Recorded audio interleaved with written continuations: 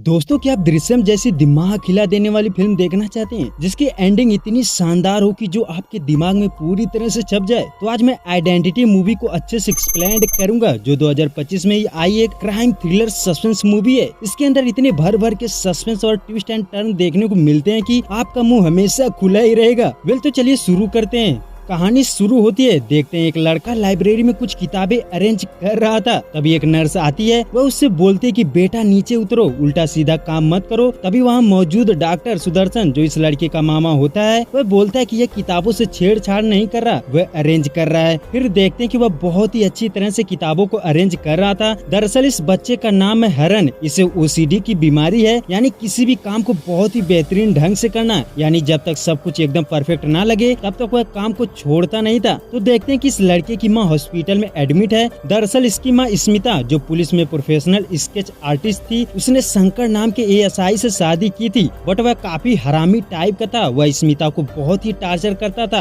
अब स्मिता के दो लड़के होते हैं, एक हरन और दूसरी उसकी बेटी देविका, जो हरन से बड़ी थी। अब करीब 10 साल रहने के बाद स्मिता उससे तलाक ले लेती है। मामला कोर्ट में जाता है तो हरन की कस्टडी बाप को दी जाती है और देविका की कस्टडी माँ स्मिता को। कुछ साल बाद स्मिता शादी कर लेती है और उसकी एक बेटी होती है नीरजा। उधर एएसआई शंकर अल्कोहल की वजह से मर जाता है। तब हरन अपनी माँ के पास आ जाता है और स्मिता का भाई यानी हरन का मामा सुदर्शन, जो डॉक्टर है, वह हरन और उसकी दोनों बहनों को अपने पास रखता है। बट देखने को मिलता है कि हरन को उसका बाप बहुत टॉर्चर करता था, जिसकी वजह से उसे ओसीडी की बीमारी थी, किसी भी चीज को परफेक्शन के साथ करना। अब कहानी आगे बढ़ती है। हम देखते हैं कि कोयम्बटूर के एक मॉल के अंदर ट्रायल रूम में एक लड़की कपड़े बदल रही थी, बट उसे पता चलता है कि रूम के अंदर एक मोबाइल है जिससे सब कुछ रिकॉर्ड हो गया है। वह लड़की भागते हुए मॉल के मालिक के पास आती है और उसे मोबाइल दिखाती है, बट जो आदमी वीडियो बना रहा था वह उनके सामने ही था। मालिक जैसे ही पूछता है तो वह मोबाइल लेकर भागने लगता है। आगे पता चलता है मॉल का मालिक उस लड़के से मोबाइल ले लेता है, यानी वह खुद उससे मिला था, जिसका नाम था अमर। वह बंद पड़ी फैक्ट्री के अंदर जाता है और शूट हुआ वीडियो पीसी के अंदर कॉपी करता है और वह एक बंदे को फोन लगाकर बोलता है कि इस लड़की के बारे में पता कर। और फिर जैसे उसे उस लड़की का एड्रेस पता चल जाता है तो वह उसके पास जाता है और उसको दिखाकर ब्लैकमेल करता है। वह कहता है कि मुझे तुम 3 लाख दे दो, वीडियो डिलीट कर दूंगा।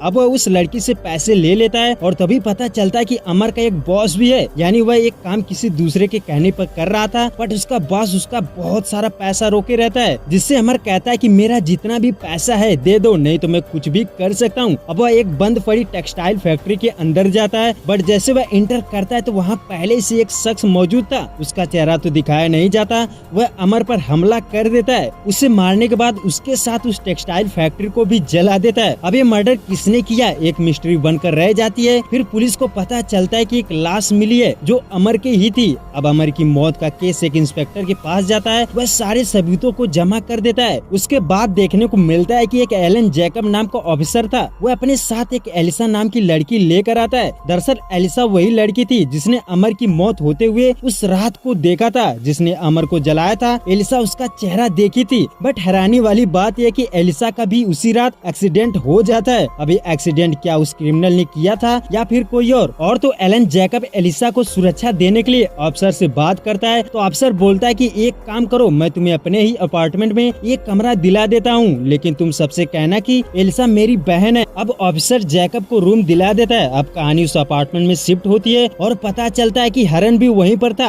हरन अपनी दोनों बहनों के साथ खुशी खुशी रह रहा था और फिर रात के टाइम जैकब एलिसा को लेकर उस अपार्टमेंट में पहुंचता है और उसके साथ एक मर्सी नाम की कांस्टेबल भी होती है। जैकब एलिसा को बोलता है कि तुम्हें मर्सी के अलावा किसी से भी बात नहीं करनी है और ना ही मिलना है। अब जैकब चला जाता है। तो अगली सुबह देखने को मिलता है कि दिनेश के फ्लैट में एक स्केच आर्टिस्ट को बुलाकर क्रिमिनल का चेहरा बनाया जा रहा था। दरअसल एक स्कूटी चोरी हुई थी, उसी सिलसिले में स्केच आर्टिस्ट द्वारा उस चोर का चेहरा बनाया जा रहा था। तभी अचानक हरन आता है। वह स्केच आर्टिस्ट को बोलता है कि एक गलत स्केच बना रहा है और तभी हरन समझ जाता है कि गलत स्केच इस लड़के की वजह से बन रहा है। दरअसल इस लड़के ने उस चोर को देखा ही नहीं था, उसकी बहन ने देखा था। अब हरन उस लड़की के पास जाता है और उस आदमी का हुलिया पूछने लगता है, फिर स्केच बनाना स्टार्ट करता है और फाइनली जब स्केच बनकर तैयार होता है तो उस आदमी का चेहरा मैच हो जाता है। वहाँ मौजूद सभी लोग हरन का काम देखकर हैरान हो जाते हैं। वहीं जैकब भी सब कुछ देख रहा था उसके दिमाग में कुछ चल रहा था। वह रात को हरन के पास जाता है और उससे सारी बातें बताता है। दरअसल जैकब हरन से उस क्रिमिनल का स्केच बनवाना चाहता था, तो हरन ये करने के लिए मान जाता है। अब हरन अगली सुबह एलिसा के घर में स्केच बनाना स्टार्ट करता है। वह उसके कहने के हिसाब से स्केच बनाता है, बट अचानक हरन स्केच बनाना बंद कर देता है। वह बोलता है कि लगभग 1 हफ्ते हो गए, उसे सही से चेहरा याद नहीं है। अगर मैं स्केच बनाऊंगा तो किसी दूसरे का चेहरा बन जाएगा, जिसकी वजह से कोई निर्दोष फंस सकता है। बट जैकब नहीं मानता। वह कहता है कि एलिसा जो बोल रही है तुम उससे बनाओ। तभी हरन बनाई हुई आधी स्केच दिखाता है। पता चलता है कि स्केच किसी और की नहीं बल्कि हरन की ही थी। अब ये देखकर जैकब समझ जाता है कि एलिसा के अंदर कुछ तो दिक्कत है। तो जैकब बोलता है कि ठीक है, हमें अब क्या करना चाहिए। तो हरन उसे उस जगह जाने को बोलता है जहाँ पर मर्डर हुआ था। वह कहता है कि वहाँ पर हम जाएंगे तो शायद उसे कुछ पता चल जाए। अब तभी एक सस्पेंस खुलता है कि जिस आदमी का मर्डर हुआ था यानी अमर का, उसको किसी और ने नहीं बल्कि हरन ने ही मारा था। अब वो ऐसा क्यों करता है ये तो आगे पता चलेगा। बट सोचने वाली बात है कि एलिसा उस दिन जब स्केच बना रही थी तो हरन का चेहरा बताती है। वो तो ठीक था, यानी एलिसा ने हरन को उस रात देखा था। बट मेन प्रॉब्लम ये थी कि एलिसा के अंदर भी एक बीमारी थी। उसे चेहरा तो याद था बट वह किसी को पहचान नहीं सकती थी, इसलिए हरन उसके सामने था, उसका स्केच बनवा रही है, फिर भी उसे पहचान नहीं पाती। अब हरन, जैकब और एलिसा टेक्सटाइल फैक्ट्री के पास जाते हैं। हरन वहाँ एक बार फिर से स्केच बनाना स्टार्ट करता है। जैसा कि हरन ही कातिल है तो वह इस बार खुद का चेहरा नहीं बनाता, वह दूसरे का चेहरा बनाता है। और वह डरा हुआ था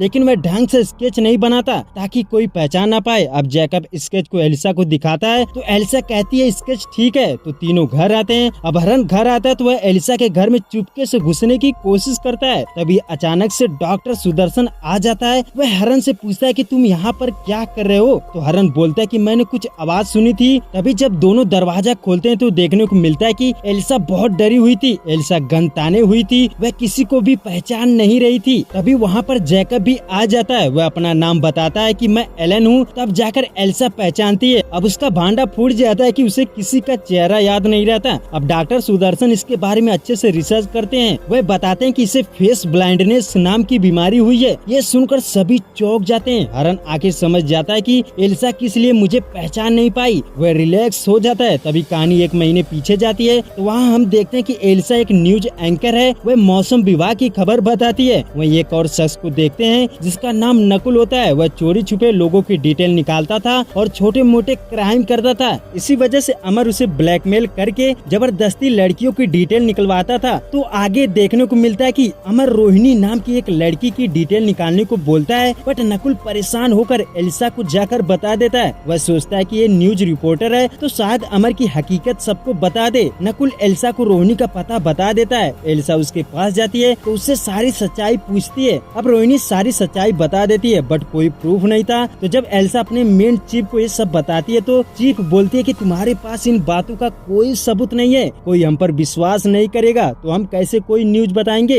अब एलिसा दोबारा नकुल से मिलती है, उससे इन सब चीजों का सबूत मांगती है बट नकुल इस बार भी मना कर देता है। वह अपनी आइडेंटिटी रिवील नहीं करना चाहता था। तो उसके पास एक रिकॉर्डिंग थी जिसमें अमर किसी लड़की को ब्लैकमेल कर रहा था। अब एलिसा ये रिकॉर्डिंग लेकर अपने चीफ के पास जाती है तो चीफ भी उसे मना कर देती है। तो एलिसा पुलिस स्टेशन जाती है जहाँ पर वह पहली बार एलन जैकब से मिलती है, उसे सारी सच्चाई बताती है। अब जैकब एलिसा से बोलता है कि ठीक है, हम उस आदमी को पकड़ने की कोशिश करेंगे। तभी एलिसा को उसकी चीफ का फोन आता है। वह बोलती कि अगर तुम्हारे पास रिकॉर्डिंग के अलावा कुछ फुटेज होते तो हम ये न्यूज चला सकते थे। तो जैसा कि नकुल ने एलिसा को रिकॉर्डिंग के साथ साथ अमर की लोकेशन यानी अड्डा भी बताया था जो टेक्सटाइल फैक्ट्री का था। तो एलिसा अपनी स्कूटी लेकर टेक्सटाइल फैक्ट्री में जाती है। वहाँ पर चुपके से सब कुछ देख रही थी और रिकॉर्ड करने लगती है। वह देखती है कि एक शख्स अमर को मार रहा है और एलिसा ये देखकर डर जाती है और भागने लगती है। बट ब्लास्ट की वजह से उसका बैग वहीं पर छूट जाता है जिसमें एलिसा का मोबाइल था। और फिर एलिसा घबरा कर भाग रही थी तो रास्ते में उसका एक्सीडेंट हो जाता है। अब कहानी 1 महीने बाद यानी प्रेजेंट टाइम में आती है तो देखने को मिलता है कि डॉक्टर यानी हरन का मामा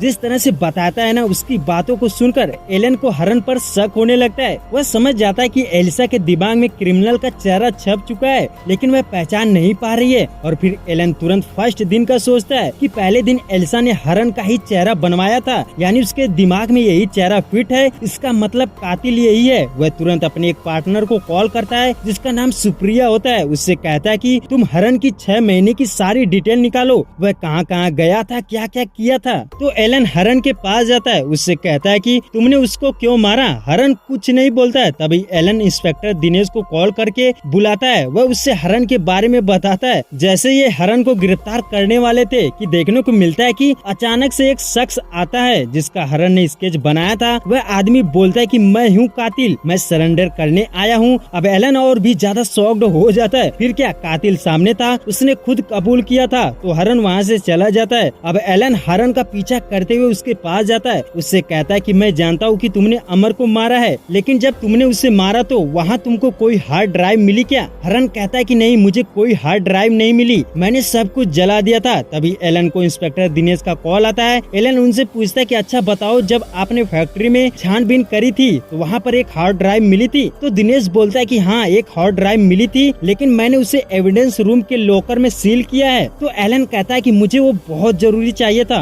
अब दिनेश भी थोड़ा थोड़ा डाउट करने लगता है। वह सोचता है कि जब कातिल मिल गया है तो फिर ये क्यों छानबीन कर रहा है। तभी दिनेश तमिलनाडु में एक पुलिस को कॉल करता है, उससे एलन के बारे में सारी सच्चाई पूछता है। तो वह बताता है कि अब वह पुलिस वाला नहीं है, वह खुद क्रिमिनल है, उसे हम लोग ढूंढ रहे हैं। उधर एलन अपने पार्टनर सुप्रिया से कुछ जानकारी लेता है, जिससे पता चलता है कि हरन की छोटी बहन जिसका रेप हुआ था और रेप करने वाला कोई और नहीं बल्कि अमर ही था। अब हरन गुस्से से पागल हो जाता है, वह उसको मारना चाहता था, बट उसकी बड़ी बहन देविका उसको बहुत समझाती है कि हमें तुम्हारी जरूरत है, ऐसा मत करना। फिर हरन वहाँ से यहाँ आ जाता है और अपनी बहन का इलाज करने लगता है और वह धीरे धीरे ठीक भी हो जाती है। लेकिन एक दिन अचानक उसके पास नीरू की फ्रेंड का भाई आता है। वह हरन से रोते हुए बताता है कि मेरी बहन के भी साथ किसी ने दुष्कर्म किया है, वह मेरे पास वीडियो भेजकर मुझे ब्लैकमेल कर रहा है। और ये सुनकर हरन समझ जाता है कि ये अमर ही है। अब हरन अमर को ढूंढकर टेक्सटाइल फैक्ट्री में मार देता है। उसके कुछ दिनों बाद ही सकीना के पिता को पता चल जाता है कि मेरे बेटे अंसार और हरन ने ही उसे मिलकर मारा है। तो वह कहते हैं कि जब भी मुझे लगेगा कि तुम पकड़े जाओगे तो मैं सरेंडर कर दूंगा। वहीं ये तो समझ में आ जाता है कि यहाँ पर जो शख्स आया था वो कौन था, वह सकीना के पिता ही थे। उसके बाद पता चलता है कि हरन ने उसके पिता को भी बचाने का फुल प्लान बनाया था। वह एक वकील हायर करता है जिससे कहता है कि तुम कह देना कि एल्सा की दिमागी हालत खराब है और इस वजह से उन्हें कुछ नहीं होगा। और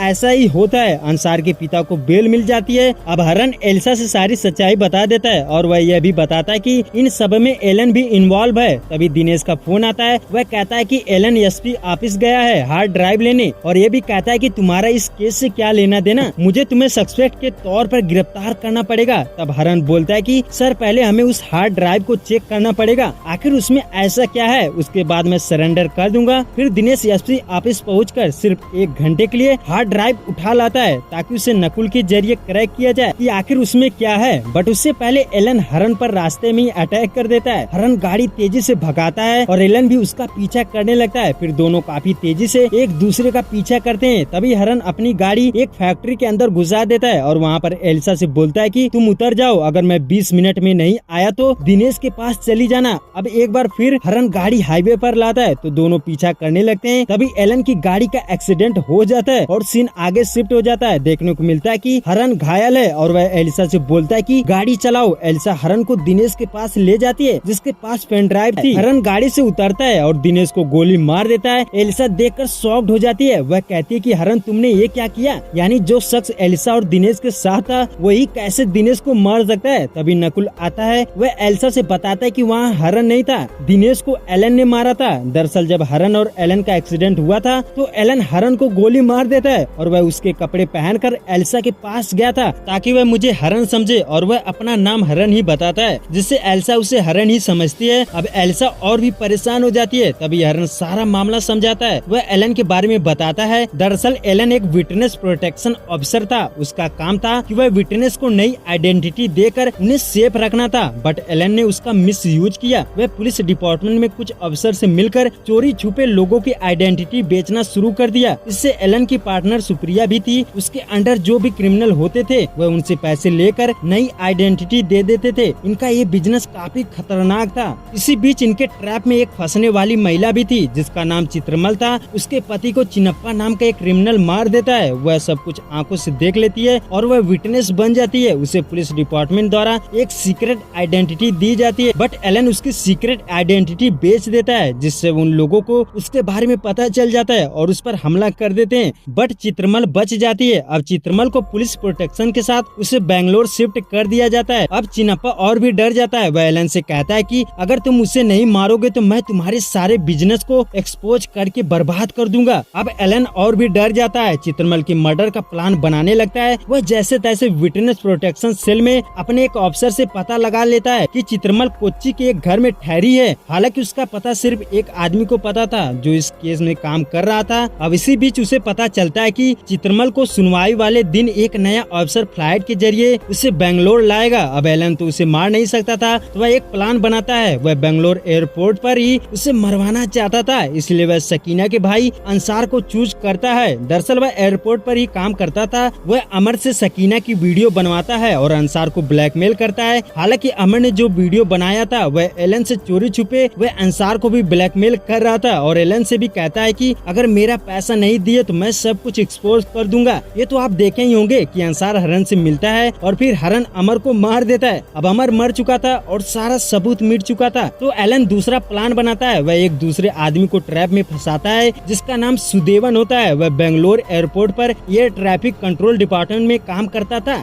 एलन उसकी बेटी का भी वीडियो बनवाया था। वह यहाँ पर उसके घर में एक पेन ड्राइव फेंक कर चला जाता है, जिससे उस लड़की का छोटा भाई उसे लगाकर देखने लगता है। अब वह लड़की वीडियो देखकर रोने लगती है, यानी एलन उसके पिता सुदेवन को कॉल करके ब्लैकमेल करने लगता है। वह कहता है कि चित्रमल जिस फ्लाइट में होगी इसको एयरपोर्ट पर ही क्रैश करना पड़ेगा। अब उधर दिनेश के मरने पर सभी दुखी थे और एलन को पकड़ने के लिए पुलिस तैनात हो जाती है। तभी सीन शिफ्ट होता है हरन के घर पर, जहाँ पर एलन आ जाता है और वह नीरू और देविका को ब्लैकमेल करने लगता है। वह एक गन लेकर उन्हें धमकाता है। वह देविका से कहता है कि मुझे शहर की पुलिस ढूंढ रही है, तुम्हें मेरी मदद करनी पड़ेगी। उसके बाद सीन दूसरी जगह शिफ्ट होता है। तभी हरन की भी आइडेंटिटी रिवील होती है। देखने को मिलता है कि एलन की पार्टनर सुप्रिया एलन से कहती है कि हरन कोई नॉर्मल आदमी नहीं है, बल्कि वह स्काई मार्शल है। दरअसल वह मिलिट्री में था। उसे टेररिस्ट अटैक से निपटने के लिए एक स्पेशल स्काई मार्शल टीम में सिलेक्ट किया गया था, जो बहुत ही खतरनाक था। अब ये सुनकर एलन और हैरान हो जाता है। वह हरन की बहन को इस प्लान में यूज करता है। देखने को मिलता है कि वह देविका के हॉस्पिटल में है। वह उसे उसकी बहन की पुरानी वीडियो दिखाकर उसे मजबूर करता है, जिससे देविका अपने एक पेशेंट के बदले एलन को वहाँ से दूसरे शहर भेज देती है। उधर हरन फ्लाइट में होने वाले खतरे के लिए अपने अफसर से बात करता है और एक प्लान बनाता है। जिस फ्लाइट में चित्रमल आने वाली थी उसी फ्लाइट में उसका प्रोटेक्टर बनकर हरन भी जाता है। इधर एल्सा ने अमर को पैसे देते हुए एक आदमी को देखा था जो सुदेवन ही था। नकुल फ्लाइट में बैठे सभी लोगों की फोटो दिखाता है, बट आपको पता है कि एल्सा इतनी जल्दी तो पहचान नहीं पाएगी। वह पहचानने की कोशिश करती है, तभी उसे अचानक याद आता है कि उसके चेहरे पर एक चोट का निशान था।